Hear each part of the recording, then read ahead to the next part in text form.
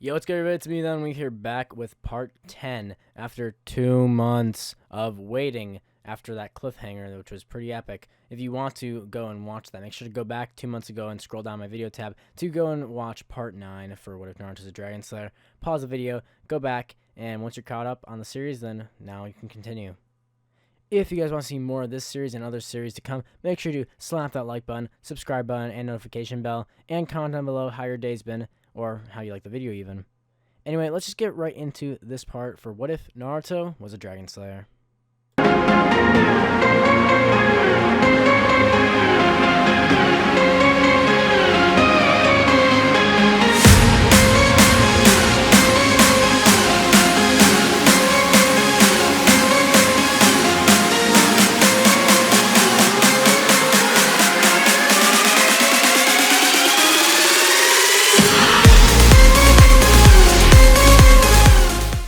The white light that's surrounding the entire final valley is now beginning to dissipate, as Naruto and Sasuke's respective attacks, with Naruto's Flamer Sengon clashing against Sasuke's Lightning Chidori, have now faded along with their chakra. On the ground, with water surrounding them, as the waterfall had split for a mere instant before now returning to its natural course, just as all things in life, returning back to the flow, we see Sasuke and Naruto's bodies now laying both flat down in the water face first.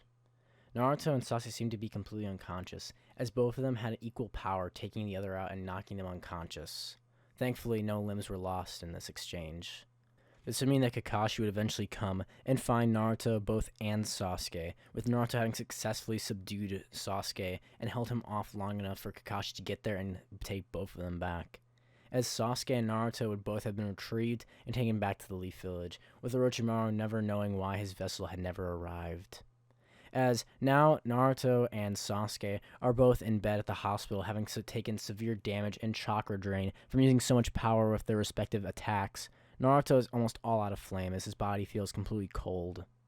As Naruto is lying in bed for the next 3 weeks, Sasuke would recover a little bit faster than Naruto. Even though Naruto has the Uzumaki ability of healing faster, after using so much of his flames in the Flamer Sengon and draining all of his chakra out using that technique, he had basically drained himself completely, and so his healing ability was now lowered. With Sasuke having recovered first, and now his curse mark having been resealed by Kakashi, he can think straight again as he's wondering what's going on, and if he had made it to Orochimaru. As Kakashi's sitting there with several other Jonin waiting and watching Sasuke as he finally wakes up after about a week or two, he would ask what happened with him and Naruto, and where Naruto is. They would explain to him that Naruto and his battle had ended, with it being a draw, as the two of them had both been completely knocked out from the attack. With Sasuke banging his fist against the bed, knowing that he and Naruto's fight hadn't really been settled, he would ask where Naruto is right now and that he needs to finish this. With all the Jonin getting up now ready for a fight, with Sasuke still sitting there. As he is about to stand up, he feels restraints on his arms and legs, with Kakashi sighing as Sasuke asks what's going on, as he can't cast any jutsu if he even wanted to escape. With Kakashi explaining that after Sasuke's outburst and having left the village, he'd be under extreme surveillance for a while, as they had to send out several Genin on this mission, and several had been damaged severely, including Choji as well as Shikamaru and Neji, with them having used themselves to try and rescue Sasuke, having put the village in a bit of a rock in a hard place, as most of their high-level shinobi had been out on missions during that time. Sasuke would look down, as he realizes that they can't trust him anymore. Sasuke would sigh, as he says he just wants to talk to Naruto, with Kakashi picking him up and unlocking some of them before he locks the arms behind his back again, saying, "Naruto, you can see him, but he's still out." With Sasuke now in the room, seeing Naruto completely knocked out, his whiskers on his face and his eyes completely closed, Sasuke would comment on how Naruto looked far less annoying when he was sleeping, with Kakashi sighing, telling Sasuke he can drop it. Sasuke would then go back to bed as he's locked back into place, saying that once Naruto wakes up, they'll be hearing the full story. With Sasuke's curse mark under control, and him realizing that his and Naruto's fight really isn't over, and that Naruto isn't tremendously stronger than him if he can attain and master this power, then Sasuke would actually calm down a little, as his main anxiety that gave him so much angst in the first original timeline was that Naruto had outgrown so much faster than him, and that he was so much stronger than he was in his opinion. But with now Sasuke and Naruto both having unique powers in their own right, they would be more on par, you could say. Basically, TLDR, Sasuke doesn't feel inferior to Naruto in this timeline. Naruto would eventually wake up, as I stated, and as he does so, Jiraiya would be waiting there for him and would discuss his plan with him. With Sasuke having some time to be alone, the same thing that would usually happen in most of my what-ifs would occur in this timeline as well, with Jiraiya offering Naruto a deal of him going off with Naruto while Kakashi would go off with Sasuke to train for the next 3 years. Sasuke would be ecstatic about this, as he'd still get 3 years of training from a high-level shinobi, and Kakashi would be interested in this as well, with Jiraiya and Naruto both being excited just as they would have been the original. However, this time Naruto isn't training simply because he wants to save Sasuke, as he already saved Sasuke and brought him back to the village thanks to Kakashi. Naruto instead wants to prove that he's stronger than Sasuke so he can acknowledge him, as that still hasn't happened yet and the two still haven't really had a final clash to prove who's better since it was a tie. Naruto would go off with Jiraiya, with him telling Jiraiya there's a place he wanted to go. And now we'll be getting into the 3-year gap between Naruto and Naruto Shippuden. So there's a few things that I want to cover that happened in this time before the start of Naruto Shippuden, which we'll be getting into more detail now. Naruto and Jiraiya would have gone off to train. However, in this version of the events, Naruto would have a specific goal in mind. He and Jiraiya are off to hunt down Igneel, with Igneel being the fire dragon of the great nation of fire that had been protecting him for so long, having disappeared suddenly after Naruto had found his way to the village. As you all know, Igneel is currently dormant within Naruto, as he had dropped him off towards the Leaf Village after he had completed his training in training Naruto as a fire dragon style user. Now, if anyone here has not watched Fairytail, this is the part where you should pause the video and skip to after I'm done talking in this section. In Fairytail, we'll be getting to spoilers right now. As anyone who's now watching this point, if you have watched Fairytail, you would know that the dragons actually have the ability to go inside using Dragon Soul to go within the user of Dragon Slayer magic, but in this case, Dragon Slayer techniques of Chakra. So, Igneel would still be lying within dormant inside of Naruto's body, as it would still be the same, which is, as we know, is currently inside the same seal as the Kyuubi. Which means, however, that when Naruto can access the seal of the Kyuubi, he would be able to see Igneel. And this is where we get to right now. The event in the timeline right now is where Naruto has just gone to his first time ever going to Three-Tails State, when he almost killed Jiraiya. In this version of events, however, something different happens.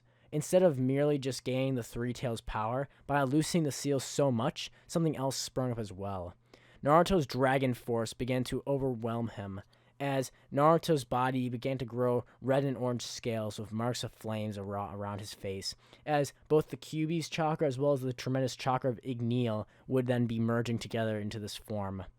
With Jiraiya taking so much damage from the Kyuubi and the Flame Dragon King Igneel, Jiraiya would be in a terrible state, as he would almost be certainly killed almost by Naruto, as Jiraiya would have to take several weeks of bed rest time off, while Naruto would train on his own after he had finally sealed Naruto's seal back up.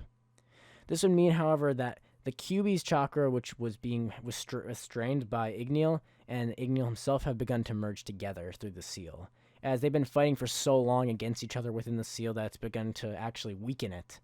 So, Igneel and the Kyuubi would begin to soon be able to talk within Naruto's mind, which would be near the end of the 3rd year. With Naruto calling to Jiraiya, saying it's almost like he can hear Igneel directing him what to do in battle, as well as some other dark voice, Jiraiya would be thinking this would be the Kyuubi, as he tells Naruto that it's probably the Kyuubi within his seal trying to speak to him. Naruto would then be more educated, as he works on more fire-style jutsu that Jiraiya has taught him. As well as Naruto working more on his dragon's flame techniques in general, his physical strength would increase more, and instead of just creating a giant Rasengan, he'd also be able to create a massive fire Rasengan, which has extreme firepower and can create explosions. Alright, that's pretty much covers most of the 3-year gap on Naruto's side. Now getting to Sasuke's end. Sasuke and Kakashi would have used the summoning jutsu, as him and Sasuke would actually be training where the dogs that Kakashi has are living.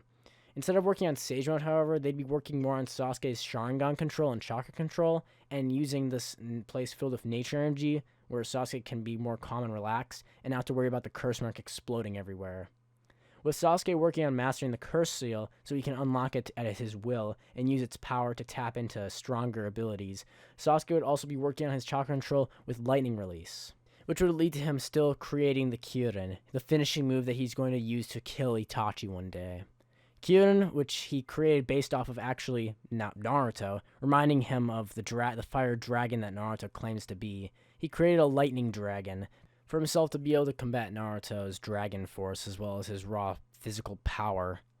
Naruto and Jiraiya would be heading back to the village, along with Sasuke and Kakashi, who would actually bump into the way on the road, with Naruto commenting on how tall Sasuke is now, and Sasuke mentioning the same, saying he's probably still stronger than him, though. This would set Naruto off a little, as he tells Sasuke he already has to be cocky just after meeting him. Sasuke would laugh as Kakashi tells him to calm down, with the two of them basically picking up where they left off like they've never left each other.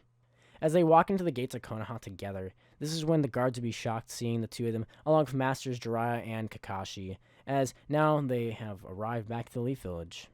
Naruto would still climb on top of that building as he stretches his arms saying that he's home, with Sasuke now jumping behind him and also doing the same, saying that it's been a really long time. Sakura would call up to the two of them saying and asking if that's really them, with both Sasuke and Naruto dropping down to the ground.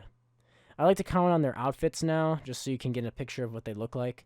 With Sasuke not having the same outfit as nearly as close to the original, with him now looking more closer to Kakashi wearing the same leaf, like the knit leaf shinobi garments, and he still has the Uchiha crest on the back, with him now having more darker clothing though, so imagine the green of the leaf shinobi, but instead of having the dark green jacket, he have a black jacket that's not a Chunin vest, since neither him nor Naruto actually passed the Chunin exams, or were told become Chunin.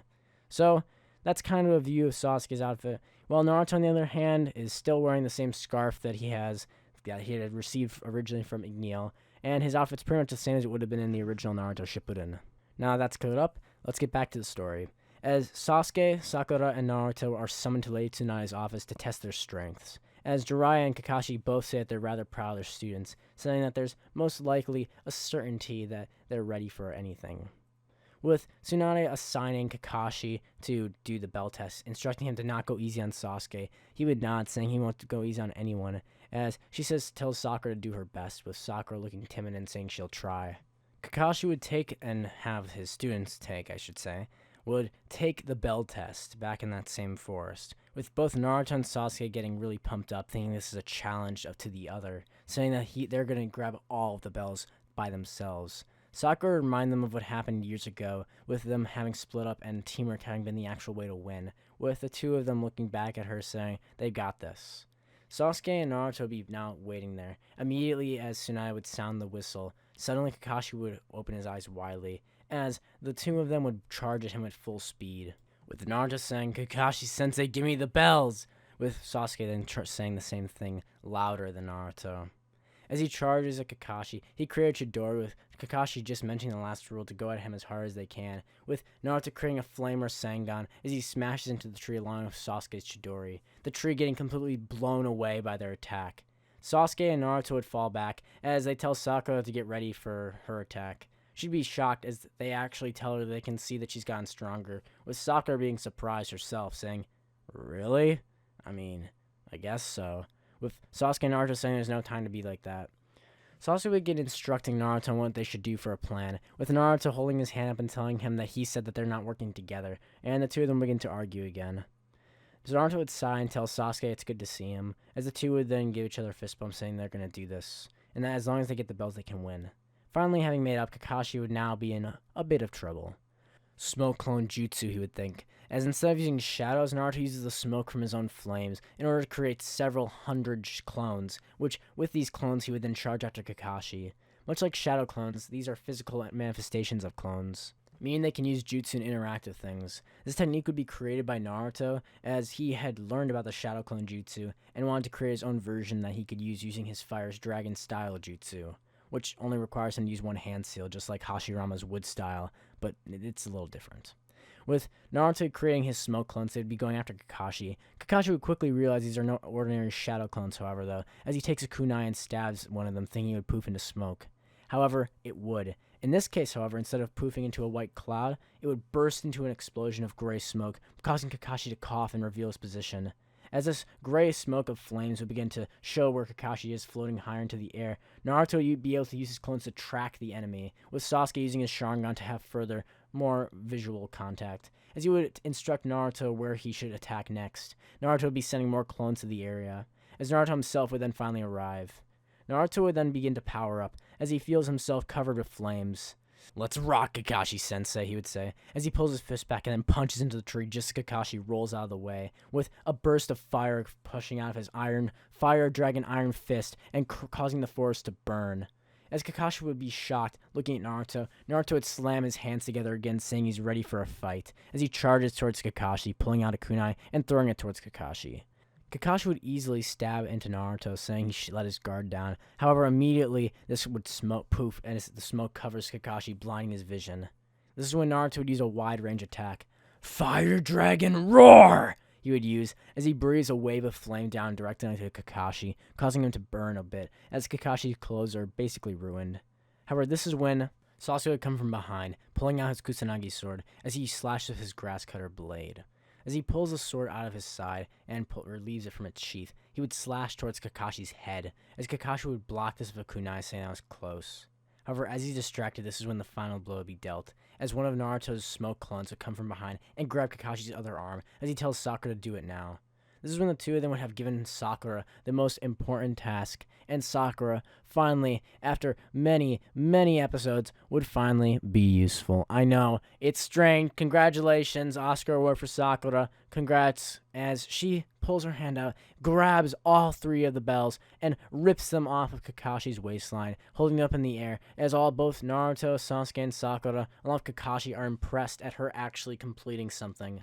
With that being over, now, the bell test has ended with Tsunade impressed at her own student, along with Naruto and Sasuke's growth. However, little is known that in the Sand Village, trouble will be brewing in the form of red clouds on robes waving in the wind, as we see standing there Deidara and Sasori, eyeing down below as their plan to take and forcefully take the bijou of the One-Tails out of the Kazekage would begin. If you guys want to see the next part for What If Naruto was a Dragon Slayer, please make sure to watch the video all the way, as you have. If you made it to the end, thank you very much. Make sure to comment down below what you thought, like and subscribe and all that good stuff. Anyway, I'll see all of you guys later. Goodbye.